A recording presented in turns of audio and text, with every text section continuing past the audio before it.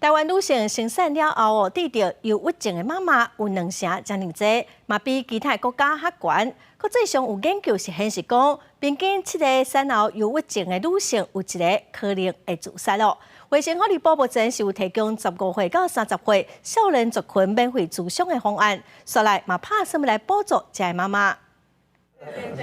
多出事的医院是真古锥，暗过迎接新生命时阵，也注意妈妈身心状况。因为女性生产了后，真可能因为荷尔蒙的改变，加上保养起冷换尿珠啊，生活作息真乱，造成情绪低落、失眠、焦虑，甚至出现产后忧郁症。30%到50%的孕产妇，她会生完之后突然就会觉得，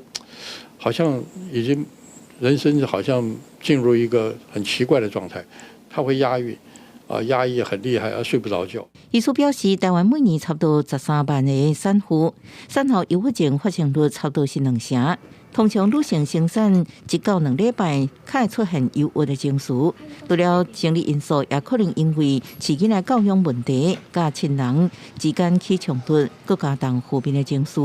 根据国际研究显示，平均每7个产后忧郁症的妇女，可能有1个就安尼自杀。严重的时候，它会产生这种轻生的念头，甚至有这种部分的这种严重的程度，会带着小朋友一起来做